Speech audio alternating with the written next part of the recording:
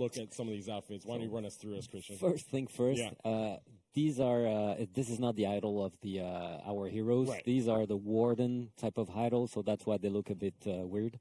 It's just for to mention that. Just for visualizing. Yep. Yeah. As you saw it before, there are variations of helmets. This is one of the inspiration of the faceless ghost.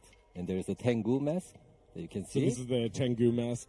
I'm sure it's going to be successful. It's a very successful. Yeah, very cool. So where do you guys, obviously you're drawing inspiration from traditional Japanese we do bring history, it from the... but also from animation and from all these different cultural icons. Where do you bring it, where do you really drive that inspiration from? So basically we collect from everywhere that can relate to our character to maximize the to bring the right culture and the right feeling of the character. So that's we take it from everywhere and see how can we push it and bring it into our For Honor world. That's the thing that we are trying to do.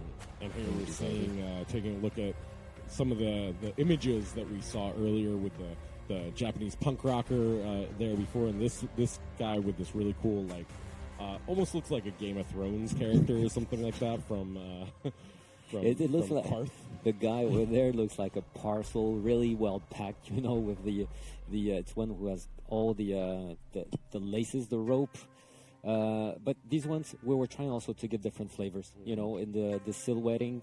We didn't want to focus also, we didn't want to make these guys in the military guys. Right. Because we had this image where we like to project stuff in our mind, and we had this, imagine the lone cowboy getting into a town, you know, you don't know who he is, but you know bad things are going to happen, but this would be the guy. Yeah, because they're running through the forest, they need to travel light, and they're going from town to town, just killing everything. As soon as they come into the town, you know that death is coming. Yeah, it's a very uncomfortable mask that you saw it. Death is coming in. Obviously, we see the tattoos on the faces once again with this headgear right here. This is really cool. So, what's the process in creating these? Where do you start? It's with the story. Yeah. The story is really the starting point. Then we start talking about, okay, what could be the key elements if we think about an executioner, for example. So we dig into the collective unconscious. I love his funny nose. For sure. That's why it's going to be very successful. His nose is just giant.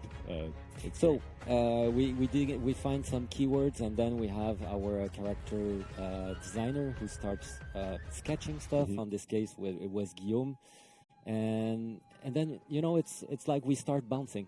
We have some good leads, and one element brings to another one, and then we try to create. Obviously, it's a collaboration with the whole team coming together and absolutely figuring out what's the best way to make this character stand out. Obviously, we see that mask, that standard mask, where there's that lack of emotion, that lack of feeling.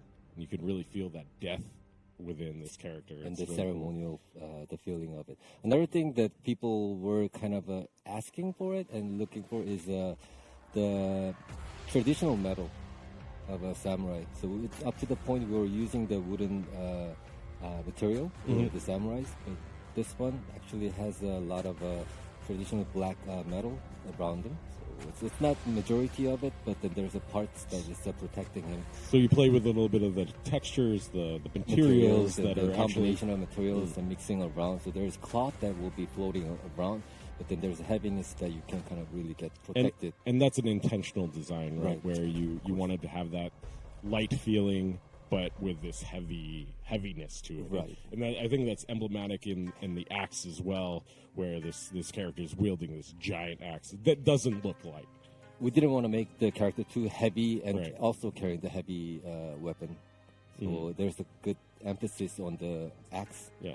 Make it feel mobile, as we saw with the execution. She's flipping around and you know, using that axe as like just a shovel to like hit. Like I'm just imagining a cartoon character to like shovel in the face. Yeah, the shovel. That's the name we used on the floor. Yeah, that's good. Right. Yeah.